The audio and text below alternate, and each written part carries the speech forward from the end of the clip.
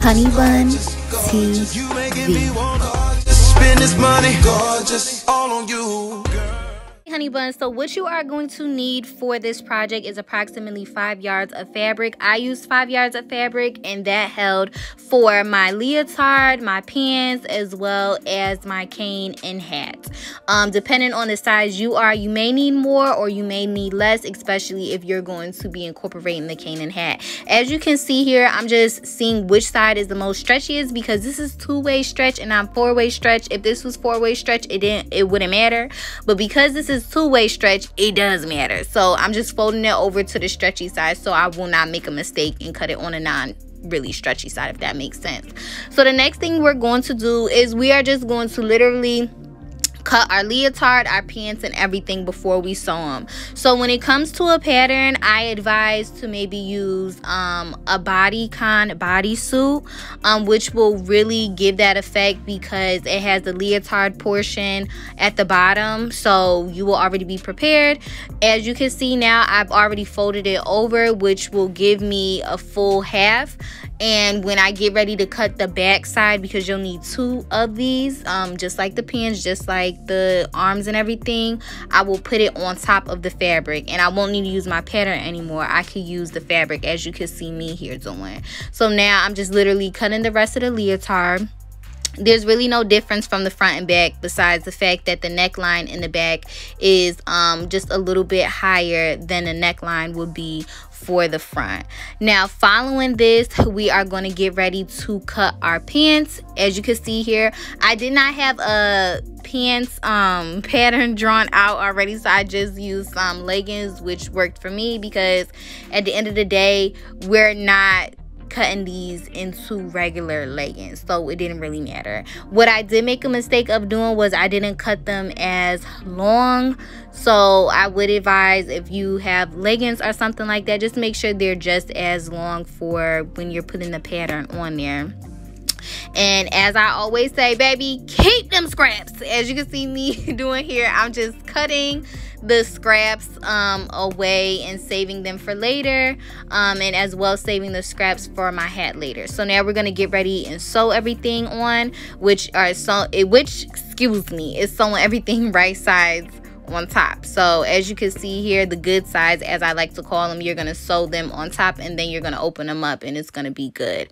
So you're going to do the same thing for the leotard. You're just going to match it up with everything, and then you are going to sew.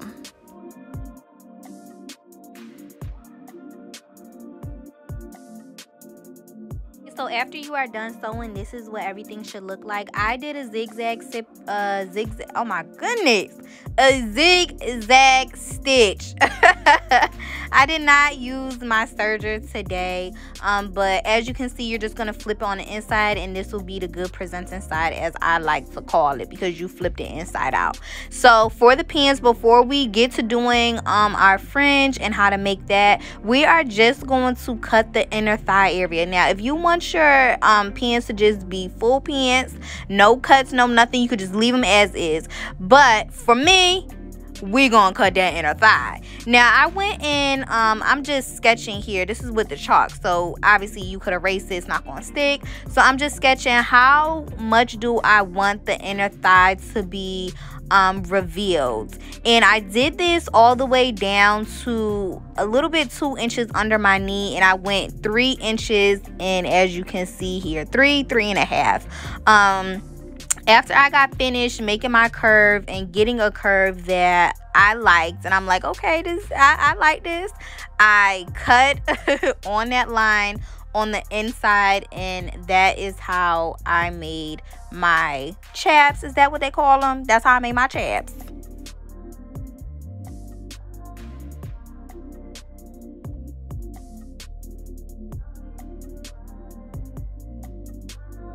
Okay, so now moving on to the fringe. Now I did my fringe approximately 4 inches in width. You can do yours however long you want it. You can do it 5, 6, 7, 8, 9, 10, but me, I did 4.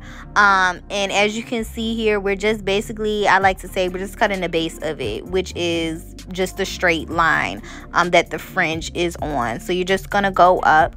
Now we are getting ready to make the fringe. I wanted my fringes, honestly, it don't even matter, you could just cut cut however big you want these spaghetti rolls to be, because when it's fringe, it's just gonna look so cute on each side. So honestly, it was like 1 inch each fringe, which you can mark as you can see here, but I'm just placing the fringe belt on the good side, as you can see. So good sides to each other, so, and then flip them on the outside.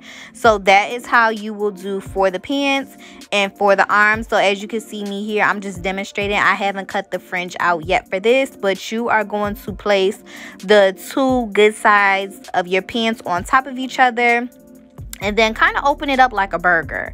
So open the top bun up, put the fringe on the inside, and then close it. Now you want to just make sure also when you do this that you are placing the good side of the fringe on the front and not the back. I know that kind of sounds confusing, but just like a burger, you don't want to put the ketchup on the bottom bun when it's really supposed to be on the top bun, on top of that burger.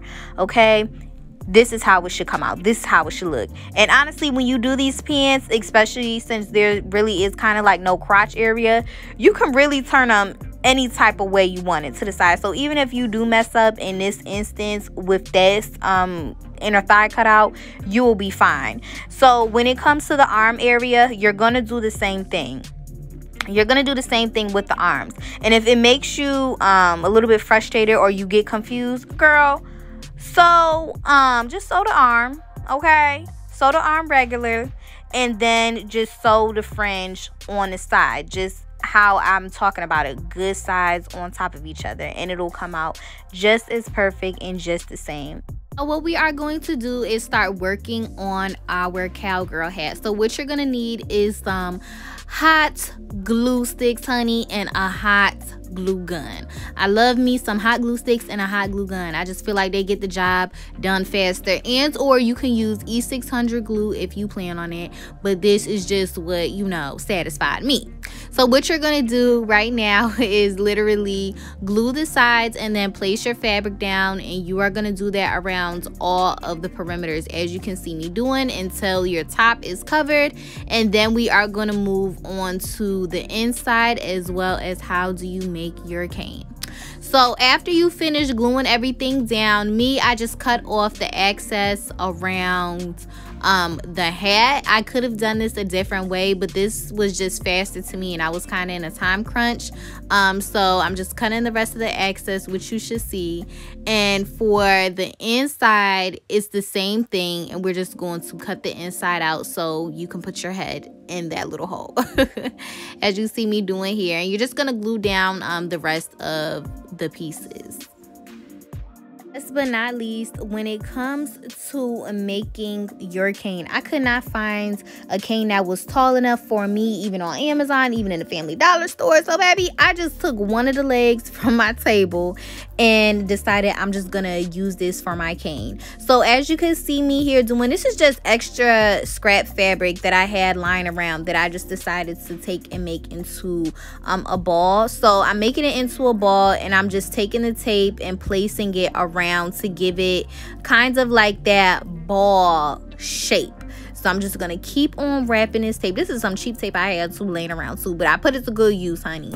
And we're just gonna wrap it around. Now, when it gets to covering this up, it's literally the same thing with the velvet fabric. I'm going to glue the velvet fabric on top though. So I'm just playing around, making sure that it is giving a ball illusion, and kind of making a little hole inside so it can slip down on the cane, which I'm gonna put glue on the inside and then put it down after I wrap the cane. So when it comes to wrapping, going to place your stick on there, glue it, roll it over, glue it, roll it over, glue it, roll it over, as you can see me doing here. And then you are going to take that ball piece, put the glue inside and just shove it on down, and then you are going to place the fabric on top of that so the ball won't be exposed. And honey, That is your cane, and this is how the outfit should come out. Woman, you have me now.